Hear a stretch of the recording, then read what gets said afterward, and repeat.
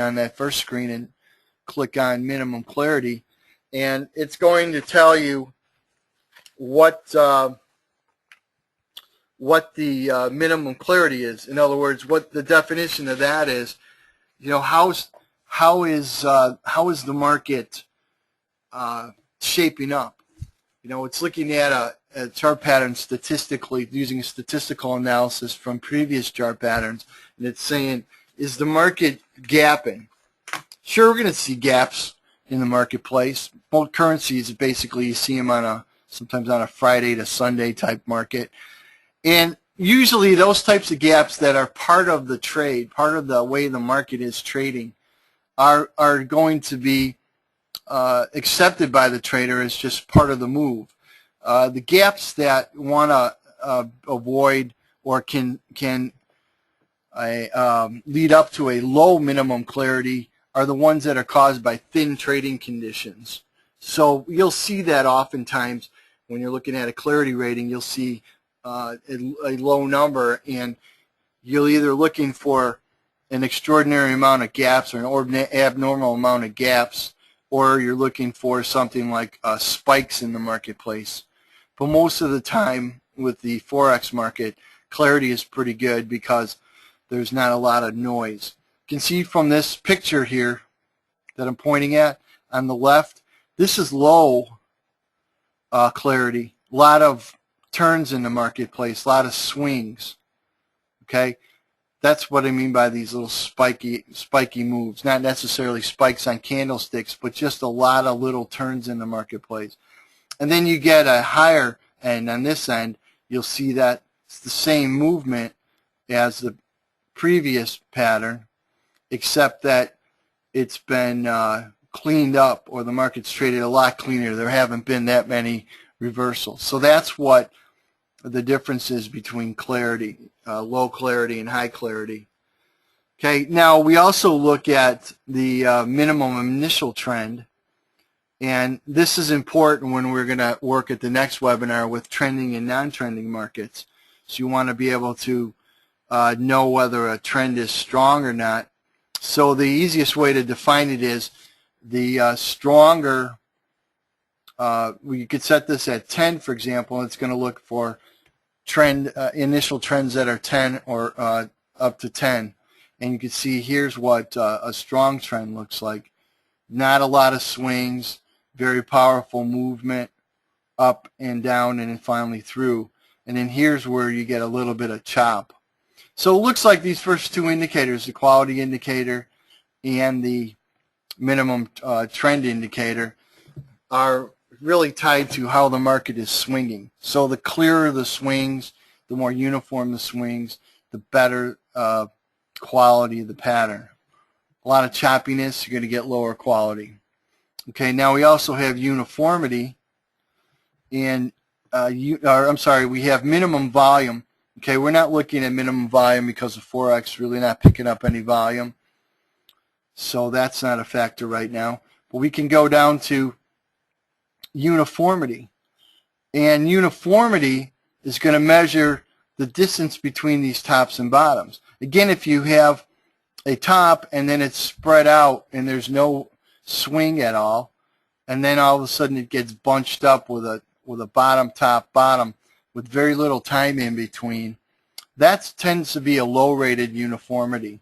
When you get the swings that are spread out and there's uniformity between top and bottom, as well as top and bottom and top, you're going to get a better, a higher uniformity rating. And if you want to cut down the time to search for those patterns, you can use the slide bar and find those patterns in an active search. Okay, so that's one thing that uniformity does. And finally, we have, we go to breakout strength. And breakout strength is going to be a low breakout is this one here, where there's very little momentum. And usually what happens when there's low momentum is the market doesn't follow through and it pulls back. When you have strong breakout strength, real strong market, you'll see that it'll pierce the resistance point in this case and drive higher on the same candlestick. So this breakout indicator is really telling you what the strength is on the breakout. Now you can use it in combination with other tools that you have to measure volatility, but Autochartist will do the pre-search for you and give you the markets that are set up for that particular breakout. And remember, when you set the breakout indicator, it's going to show up on completed patterns only. It's not going to show up on emerging. These other indicators are going to show up on both emerging and completed. So one start that you might want to do, if you take a look at the program tonight and you want to work with it, you might want to set everything at 5s.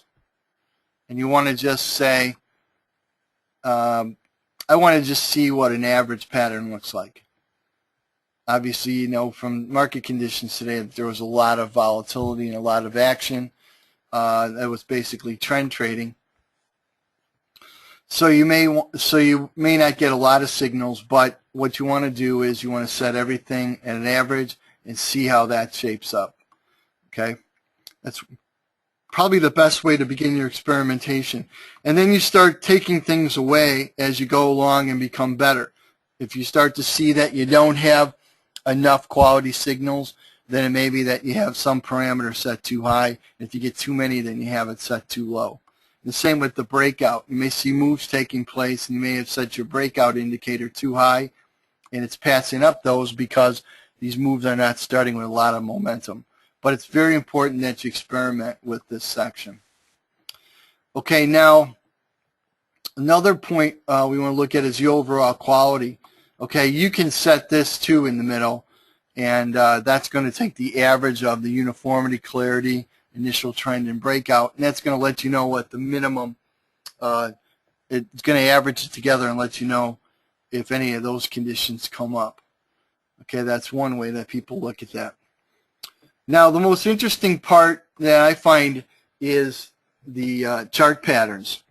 Okay, you can see how they're grouped together, these first two, ascending and descending triangles. Third one is a triangle.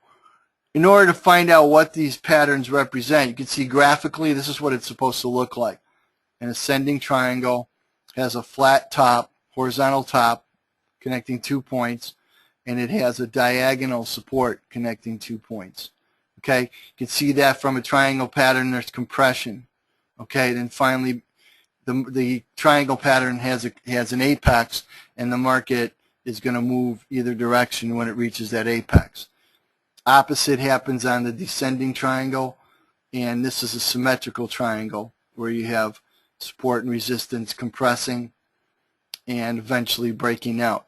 Those are the characteristics of the ascending triangle. And if you didn't get all that, you can always click on this I button, and it's going to tell you exactly what an ascending triangle is. 2 or more equal highs forming a horizontal line, 2 or more rising troughs forming an ascending line that meets the horizontal line. Okay, it forms during an uptrend, and it tells you what is suggested. Okay, as you go along, you can click on these buttons, and you can see that characteristic, when it forms, and what it suggests are all available to you. So you don't have to flip through books and worry about what you're looking at. Okay, now we go to a pattern like a channel down. And a channel down talks about 2 converging trend lines. I'm sorry, this is a triangle here. Channel down looks at a trading range between 2 parallel lines. Okay. Later on at another webinar, we're going to talk about why triangles are non-trending patterns and why these channel downs and wedges are considered trending patterns. We can see the characteristics of these markets. Channel up, channel down are the parallel lines. With the wedge, you have a regular parallel line. They extend out like triangles, but they don't touch. They don't have an apex. Okay.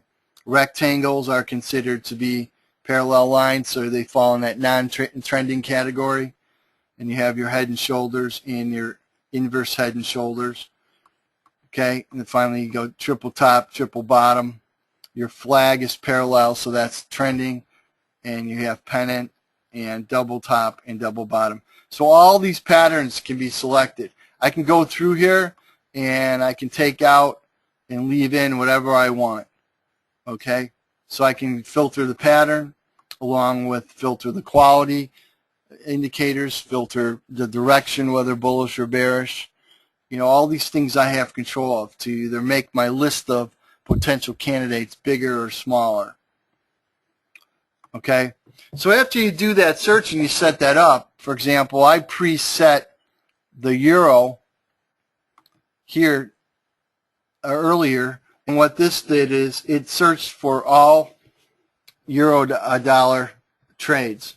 Okay, I called it a euro trending, meaning that all I wanted to see in this particular search, and if I hit edit here, you'll see my criteria. I picked the Forex 15-minute, and my symbol was EUR USD intraday. You can see that down here. Okay, and then what I did here is I went to I left all my basic indicators alone. I wanted to see continuation, reversal. I left all my quality indicators low. But what I did is I selected trending patterns such as channel down, channel up, falling wedge, rising wedge. And let's see what we have here. And we have a flag pattern. All these patterns are considered to be trending patterns. Okay. I ran it through Autochartist, and it produced for me all the trending patterns for today, for all intraday time periods, for just the Euro USD. So that meant that I was going to just focus on that market alone, and that's the one I wanted to watch. And that's what